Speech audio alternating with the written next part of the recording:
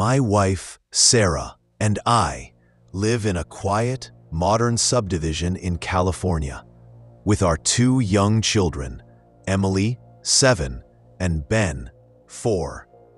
Finding a reliable babysitter was always a struggle until we met Leah. She was perfect, a psychology student, incredibly patient, and completely reliable. After 3 months, she was practically family. Last November, Sarah and I had a planned weekend trip out of state. We trusted Leah implicitly. As we were leaving Friday evening, Sarah handed Leah the spare key and the garage code. Leah smiled sweetly and said, "Don't worry about a thing. I'll take care of everything." We were 3 hours into our trip when I noticed the first anomaly. I had an older model SUV with a simple car tracker app. I routinely checked it just to make sure Leah hadn't needed to run the kids anywhere. I saw the car was still in the driveway, but when I checked, the fuel gauge readout on the app was showing empty. I had filled the tank completely before we left. I immediately called Leah. She sounded confused. "It's full, Kevin.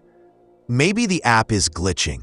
I accepted her explanation, but the car tracker had never glitched before.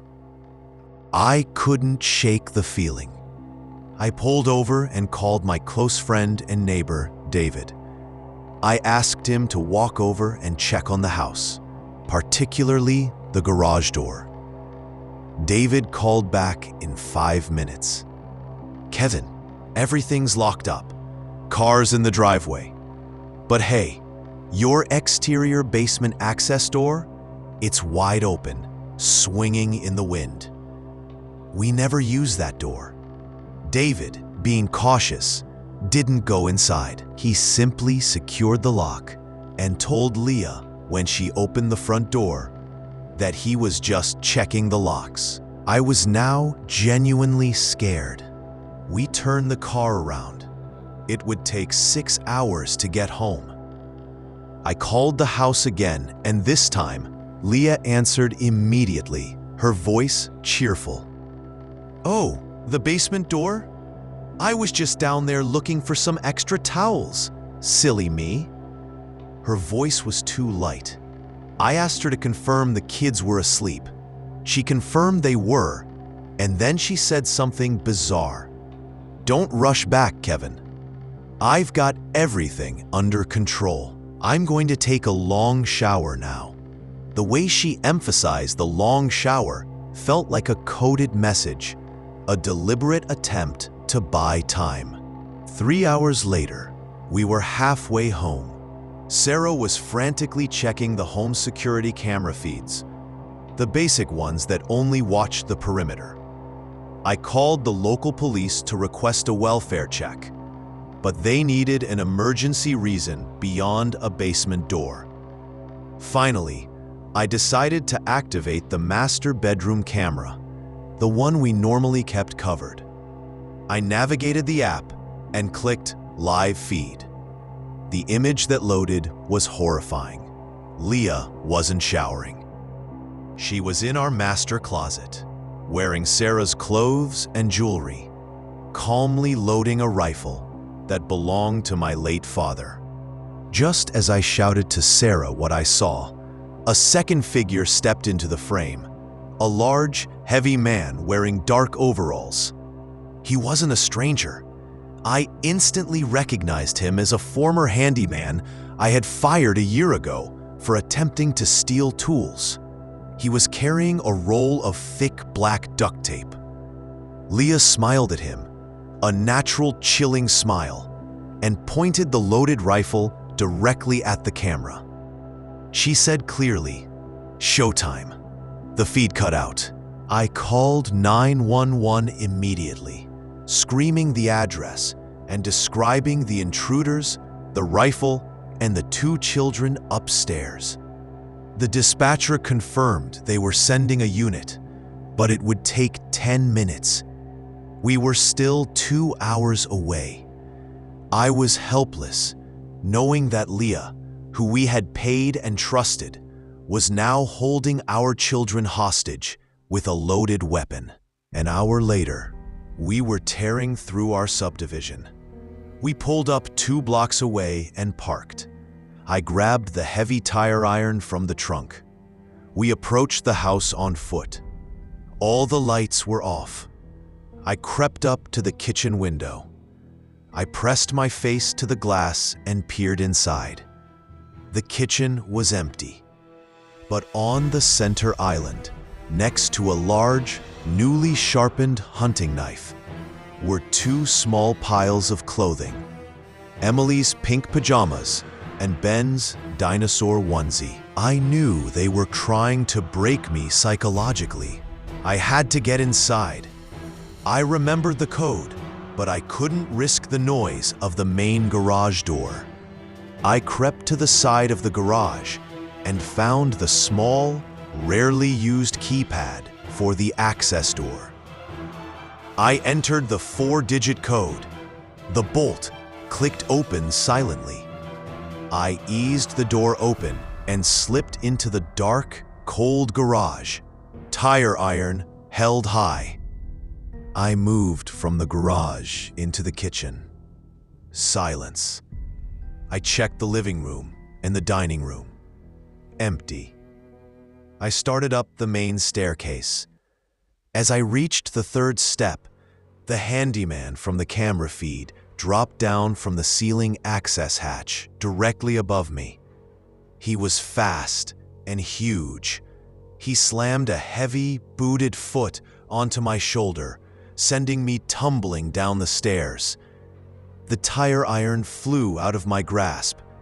As I hit the bottom, I felt an agonizing, wet snap and intense pain. My right shin was broken. A sharp, blinding white pain that made me gasp. The handyman landed silently and blocked the stairs. I couldn't stand. I had to assume Leah and the children were upstairs. I realized I had to be silent and deadly. I began to drag myself across the hardwood floor of the hallway, using my left arm. The pain in my shin was like fire. The handyman watched me, an amused, disgusting grin on his face. He wasn't pursuing me. He was waiting for Leah to join the hunt. I managed to reach the small utility closet near the bathroom. I opened the door. I blindly grabbed the first heavy thing I found, a large, rusty wrench used for the main water valve. I dragged it out and held it close. The handyman took 1 step towards me, confident.